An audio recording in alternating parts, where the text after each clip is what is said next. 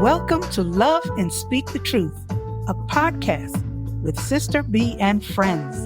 It might get messy, sacred to secular. Don't judge. All voices will be heard here. So listen up. We're going to explore the human experience through the lens of wisdom sharing and faith, with a worldview that might shock you, move you, even downright inspire you. Today, I welcome Marianne Solorio to the podcast. Marianne is the director of the Mary Ward Center, founded by the Loretto sisters 25 years ago. The Mary Ward Center is an educational center where residents as well as recent migrants go to learn to speak English so they can tell their own stories, gain competency in computer skills, and share experiences of community support. Marianne is a woman passionate about her life and work in the community located in the South Chicago neighborhood. She embraces her ministry with the devotion of a mother, and the center is a home for all who knock at the door. Marianne's beautiful, inclusive personality and empathic leadership has truly been the epitome of gospel hospitality and empowering leadership. I welcome Marianne today.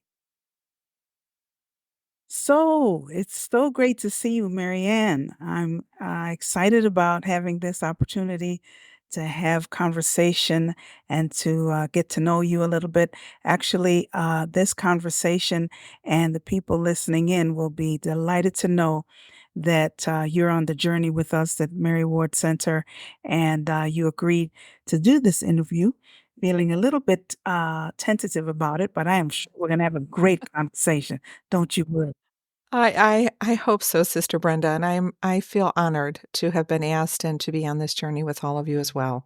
Yes, yes. Well, thanks so much for being here. Obviously, we have quite a bit to talk about, so let's just jump right in, eh?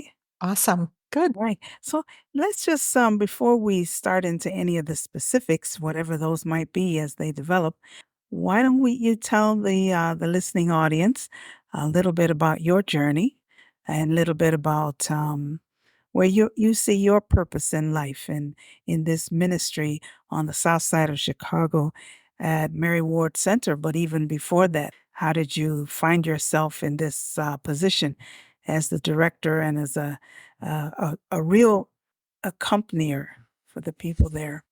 Well, first of all, I feel so blessed to be serving my community. I was born and raised in the South Chicago community, um, went to the local grammar school, went to a Catholic high school, and then on to a Catholic university downtown.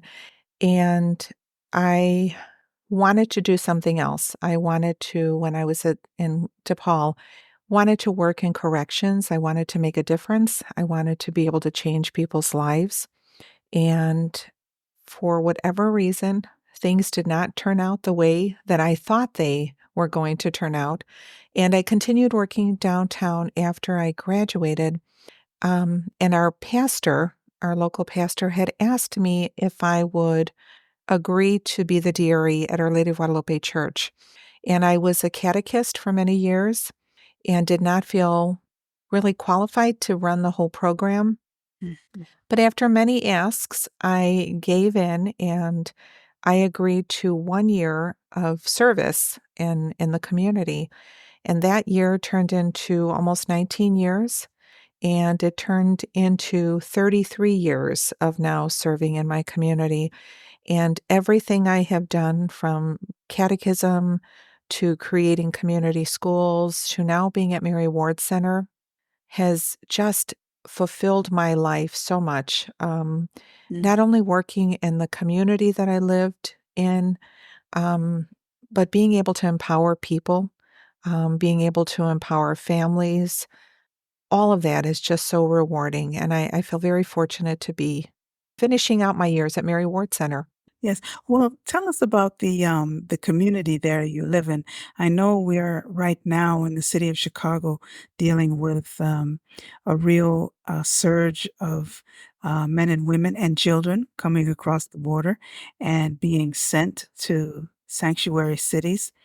Have you experienced any of the overwhelming burden of that, people coming into the city, or the clientele pretty much local people just striving for some form of literacy in their community? No, in more recent months, probably within the last 7, 8 months, we have seen a number of Venezuelan families that have come through, and there is a community of Venezuelans who are living in South Deering, and they're all living in a house that somebody is allowing them to stay in. We partner with a group, Centro Trabajadores de Unidos, and they too work with the immigrant population in not only our community, but surrounding communities. Mm. And there has been an influx. What I have noticed is our families seem to stay and they seem to look for opportunities in the Southside community. And the more recent immigrants are very much in transition. They are looking for places to go because there really are so very limited resources in the community, Mm. from food to housing to jobs. All of that Mhm. is very difficult. And it seems like they will register for classes. They will be with us maybe 1 or 2 months, and then they are relocating somewhere else. And some of the families have had to return because they just have not been able to make it here in the States. Return to Venezuela. Correct. Have you found Yeah. that to be true for many of them? We haven't seen a large number, Sister Brenda, but we probably have seen about 10 of them in our community at Mary Ward Center. And they are families, they are women with children. We've had a couple husbands and wives and children, and there just does not seem to be any work, and they are struggling just to survive. And a couple of our families have said that it was too difficult. They were returning. Mhm. Marianne, would you tell me a little bit about what you do there at Mary Ward Center and how that developed over the years? Yes. The mission at Mary Ward Center is to empower through education. And we have been able to not only empower through education, but empower students with resources and opportunities that they need. So I believe our mission is to walk with every single student that rings our bell and comes in and looks for assistance. And our students range from being very well educated in their own countries with degrees Mm. to having people come and ring our bell who do not even have literacy skills in their own language. So we see everybody. This year, especially, we've seen a number of very young women. And by young, I mean 18 to probably 23, 24. And we teach ESL. We help students develop basic computer skills. We work with students that have applied for citizenship and we prepare them with civics questions. We help them do mock interviews so that they feel a little bit more comfortable when they do have that interview scheduled. We have a number of our students that are also now working on their GEDs, and we do not have any GED support at Mary Ward Center other than we have a retired math teacher who meets with our students in the library and she helps them with their math. Um, so there are a lot of different things that go on at Mary Ward Center, and I think ESL is just a little piece of what we do. Um, it's walking with the people that are in front of us, whatever that need is. We have had people who have lost family members, moms especially, and they do not have the papers to go back home for any kind of grieving. And they will come to Mary Ward Center and we will sit at the kitchen table with a cup of tea, a box of Kleenex, and just allow them to grieve and to share their stories with us. So, what happens at Mary Ward Center is everything under the sun. Whatever needs to happen, Mhm. Yes, we try and make it happen. that takes me to the next place that I'm very, very interested in, because you share that there's the educational literacy that you try to work on, language, and so what about the language of life that people have to in some way come to terms with as they make this transition into a society maybe distant from their own, but that literacy in life that is about relationships, building Mm. connections, even, building self-esteem, because you come to a new place or you live in a community and you don't have the support of wider family maybe, or the support that of language that you can understand the nuances that going around you. So what's the literacy of communicating and living in a new place that you feel is somehow implied in what you do beyond the books? I think we become family. I definitely feel that for myself personally. Um, and the fact that our students know they can come to Mary Ward Center outside of class time, and there will be somebody there that will sit down with them, that will give them a hug. I mean, for me, a hug is opening the door, there's a hug. It doesn't matter the day or the situation. And I have heard so many people say that they feel so different when they walk through our doors. And I think that is something that the IBVM sisters have started way back when. And I feel very fortunate that we have been able to continue that. There's a sense of security, a sense of coming home. And part of that is because our classes are taught in a home. So there is the living room, there is the dining room, there is the kitchen, and there are always warm people. And I don't mean just staff, I mean other students. Um, we have them where they know students who are coming before and after them. Um, they have an opportunity to speak with not only all of us, but with other students who are on that same journey or a similar journey.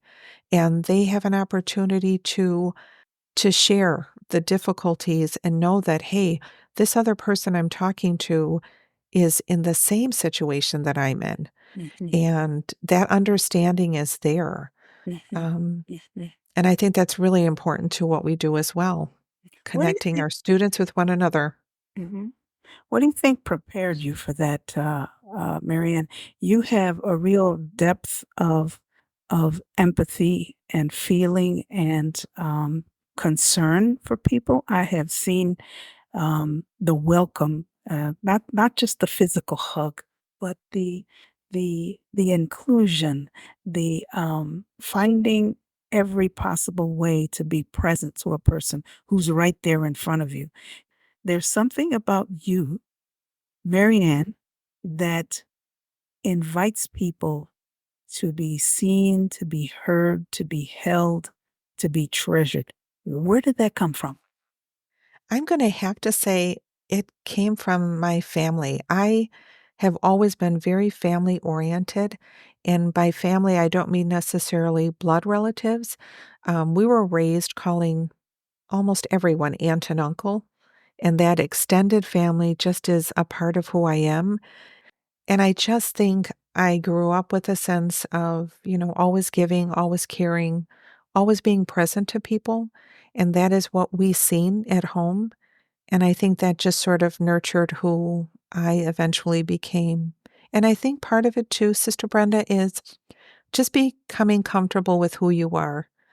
And that honesty, that truth comes across to people that you meet, and they know that you're sincere and they know that you care. Yeah. Mhm.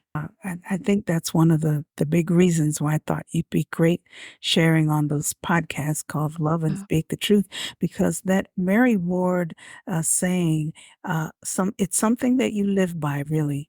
You first have to love. You have to love from a selfless place, but first you have to love yourself. mm-hmm. Yeah. And what does that mean for you when you say loving yourself? Who taught you how to accept the whole person that you are? whatever roles you have in your life beyond the Mary Ward Center, somewhere that development happened that you are Marianne and you are enough. I think, in all honesty, that's a journey. I don't think who I am today was who I was when I was in my 20s. I think a lot of work goes into growing and learning to accept who you are and being okay with who you are, and knowing that every single person, however they are, has something to contribute and has value and has worth. And definitely my age has helped me to settle in a little bit more, I think, and realize that life is really precious. And sometimes too many things that we focus on that we think are so important in life, we realize that they're really not. Mm, And I think it's coming to that point where you can say, this is what's important and the rest is not. It's like such internal growth. mhm. Um, and I think I'm finally at that place. It's taken me a while, but I think I'm finally there. Yeah, yes. And you're definitely on the journey, right? Yeah, absolutely. It's Mhm. it's not something that you say, okay, I've arrived, no I'm more done. growing. Yep. Yep. Just, I'm gonna stop Yep. here, no more growing. Yeah, Yep. yeah. That's right. For a long time, I always wondered what happens when the sisters are no longer in a place. You know, we've had schools, many schools. We had two big schools in Chicago, as you know, Loretta Woodlawn Yes. and Loretto Englewood some decades ago. And then for a long, long time, we supported young people in the extension out of Wheaton, the extension school that helped people to get their GEDs if they couldn't finish the traditional high school. And then this literacy center was born.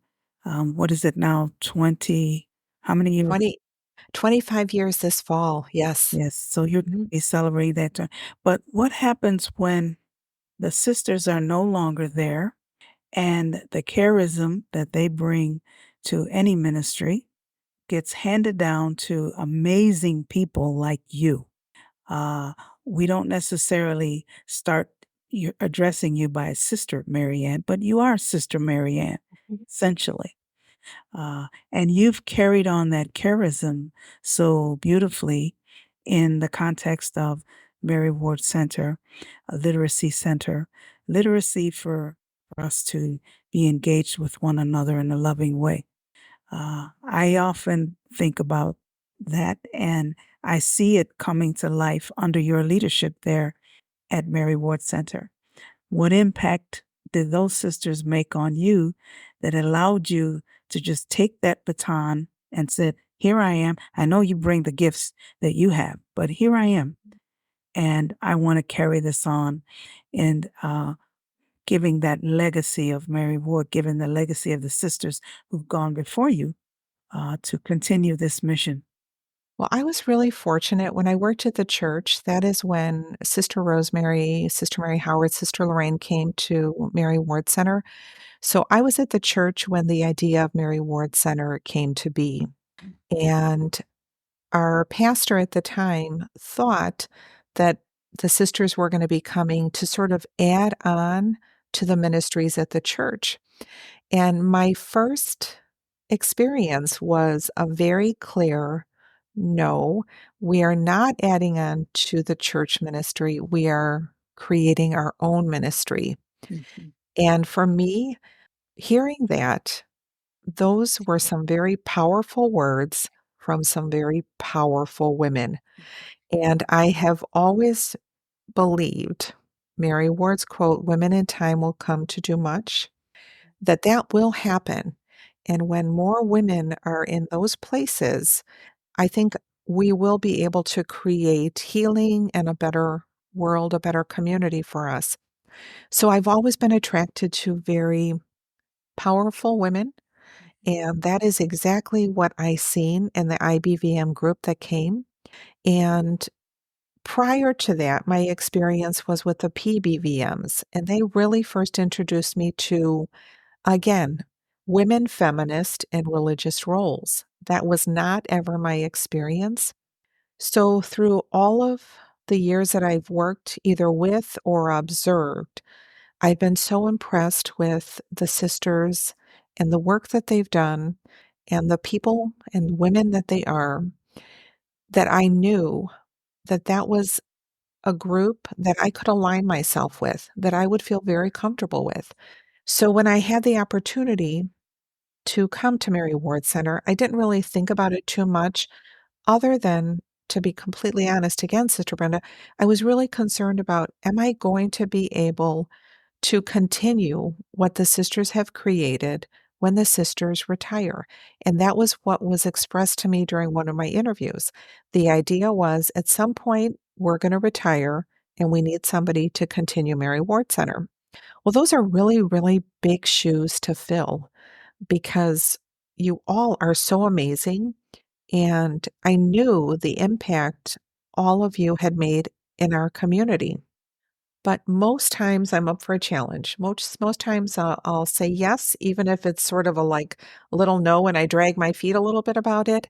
If it's something I truly believe in and I truly feel I'm capable of, I will. Mm, So that was pretty much what made me decide to say yes, mm, that I was going to give this a try, because I really did think with the right people at Mary Ward Center, we could do this. This was something we could do. It was not going to be easy, but it was possible. So even to this day, when you walk in Mary Ward Center, I believe it's very important that every student knows where we came from, knows who started us. And we have the picture of the IBVM sisters there. We celebrate Mary Ward Week every year because they need to know, too, not only about our IBVM sisters, but they need to know who Mary Ward was. And to see that connectedness and to see that continuation in our ministry at Mary Ward. So um, I just think it was meant to be. I think the puzzle pieces fit, mhm, and it was just an opportunity for me to continue what the IBVM sister started. mhm, Yeah. mhm. Well, you speak of, a little resistance going in, not knowing how you would be able to take it all on. But that's what courage is, isn't it? Uh-huh. Yeah, that sure is. And Uh-huh. That sort of is like pushing yourself, mhm, knowing that when you're honest with yourself, you can say, yes, I have the gifts, I have the talent, I have the experience. With the right people, we're going to be able to make this work, because no one does anything by themselves. It takes a community to be able to be successful, to achieve things. right. Um, but it also is that little bit of hesitation where you doubt, like, am I going to be able to do this as well? Mhm. And it's just getting over that little doubt, sort of like the podcast today, a little bit dragging my feet a little bit. And then it was like, okay, let's just do this. Yes. Yeah. Yes. Yeah. Mary Ward, she was a woman of great faith all those many years ago, and she was up against a society that was in trouble, Mhm. uh, a church that was resistant to her own call.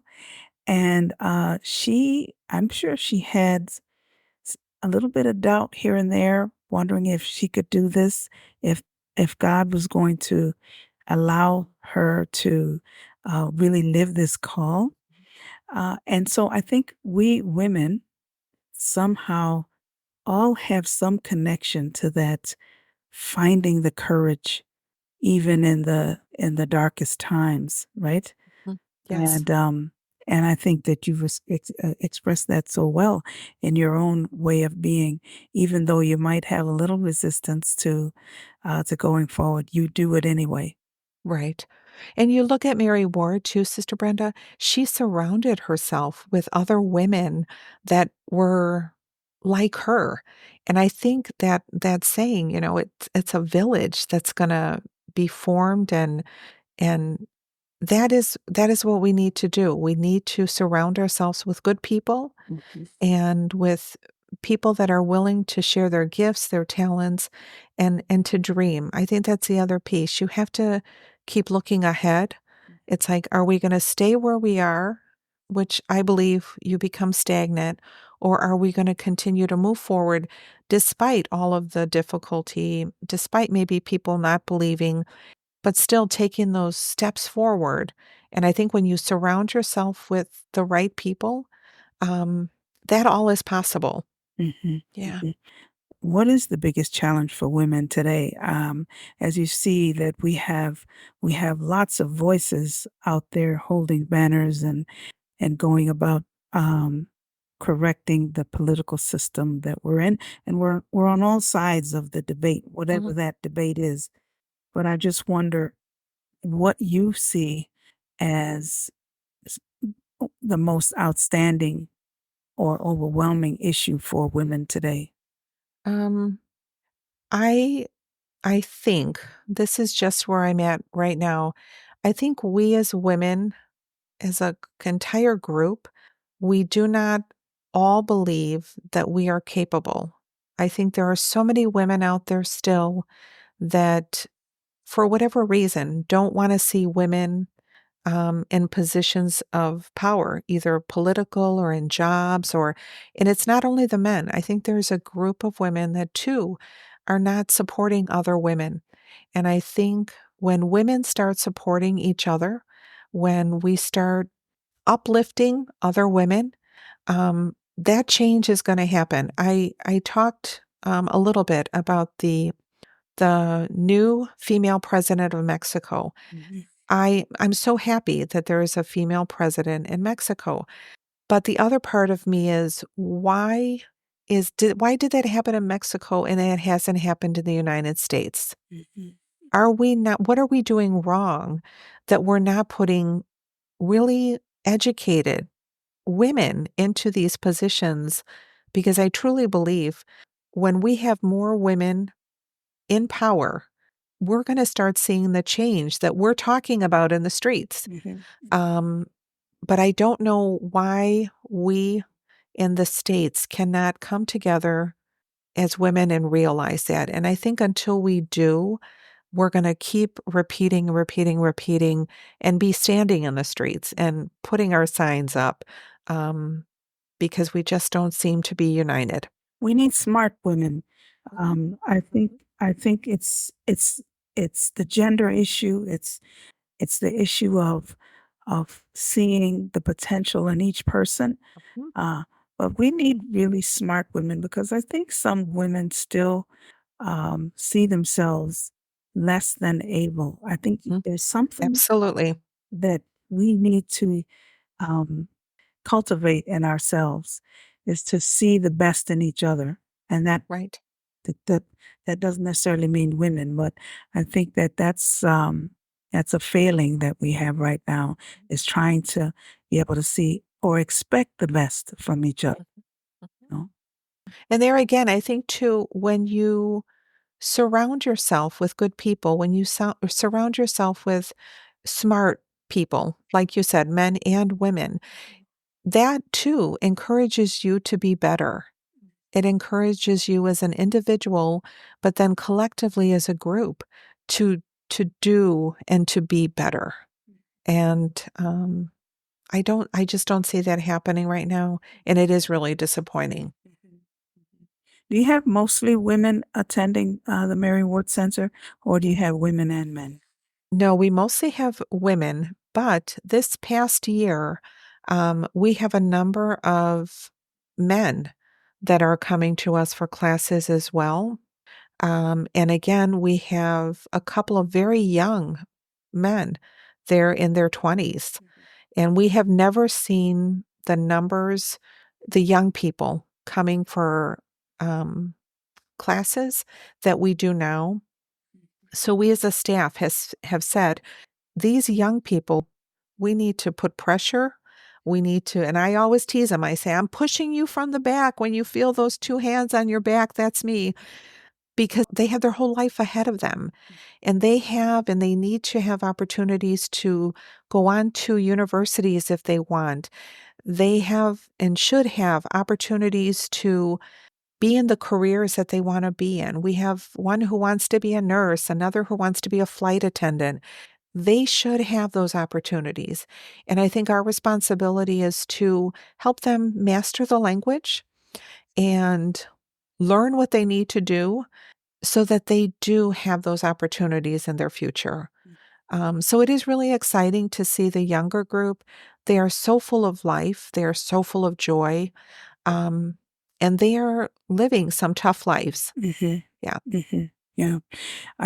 One of the things that also struck me about some of the things you just said, as well as I know the philosophy there in Mary Ward Center, you help people to learn how to find their voice, how to think and reflect on their inner thoughts as well as the environment around them, and so that is very empowering position to be in, enabling people to find their own voice, to think for themselves. Right. That's what I think that's what the world needs, is more than learning how to read a book, even though learning to read words, very important. But at the same time, learning how to think about those words and evaluate what they mean for their lives, right? For our That's lives. right. That's right. We have a couple of students who have been with us now for a while. And the one thing I remember very clearly, and both of them expressed the same thing differently, but the message was the same. They wanted to be able to learn English so that they could speak to their boss themselves rather than having someone translate. Mhm. That is someone taking ownership of this is what I need to be able to tell my boss. And I don't want to go through somebody else. And they both expressed it. How do we know what we're saying is actually what's being communicated? Mhm. That is developing a voice. That is saying, I want to speak for myself. I don't want someone else speaking for me. And that too is really important. Yes, yes, very important. Well, Marianne, you're doing great work there. Oh, And I do want to ask you the question that I ask every person as we come to the end of our conversation, because there always has to be an end. Um, and that question is, what is uh, the one truth that you live by that's kind of held strong throughout your life? um, this is probably going to be more than one truth, Sister Brenda, but I truly believe that people want to do good. The majority of people want to do good. And I think when they're offered opportunities to do good, they will choose to do good. Um, the other the other truth that I have come to, I think, accept more is a very dear friend of mine that I worked with at the church always reminded me things happen for a reason. And I struggled with that for many, many years. And I think I've finally come to accept too that things do happen for a reason. And it's okay to struggle with whatever has happened, but it truly has happened. And there's a reason behind it, whether we understand it or not. We have to accept it. And I think acceptance, again, with a few more years and added to my age, I think acceptance is the one thing I can honestly say I'm at a much better place with. But I do think that's a truth that things in life happen for a reason, and it's up to us to grow from whatever that situation is. So we can either stop, we can go back, or we can go forward. But whatever has happened for a reason. And it's up to every single person to, at some point, maybe not right away, but at some point, be able to take that next step forward Mhm, mhm, and, and to be hopeful. mhm, I think that's the other thing, to know that there is good in the world, that we need to be a people of hope, um, and that truly not everything matters, you know, mhm, not to focus on all the little things. I think um, focus on the truly important things. Focus on today because tomorrow might not be here. right. Focus on, what can I do today in someone else's life to make their day a little bit better, which in turn makes my day better. Um, so we're all in this together. That's what I think is my truth. We are all in this together. And when that becomes a lived experience in our communities, the communities grow and get better. That's absolutely true. I think you also said earlier in our conversation that learning to love oneself is probably the best place to start. So that when Absolutely. it comes to the time to have hope and have acceptance of the struggles that will come. It's not if they will come. We will all have struggles. We all do. And, live in that moment and say, we're going to get over this and we can move toward a better place. So, Right. And I know we had a Mujeres de Luz group, and when you talk about the self-esteem, we had an activity with them where they needed to write down what they see. We had like a mirror on a piece of paper. What do you see when you look in the mirror? And when you talk about people having their heads down and not making eye contact, we have a number of students that have come through that's how we meet them. And it was very interesting that the women struggled to write down good things that they see in themselves. And part of that is, and again, I don't think it's just for women, but I see it a lot with women, is being able to look in the mirror and say, I am good. I am a good person. I am beautiful, whatever that definition of beautiful is. mhm. And being able to help people do that, I think is what we do at Mary Ward Center, is allowing them to know that they are important, that we care, and that they can do whatever it is that they're dreaming to do. Yeah. Wow.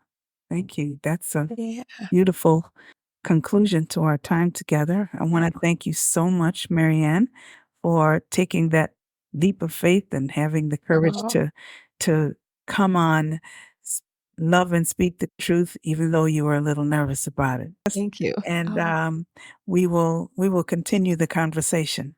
awesome. You have a wonderful day, and thank you for this opportunity, Sister Brenda. Yes. God bless. Bye now. God bless. Bye bye. And now for the wrap up.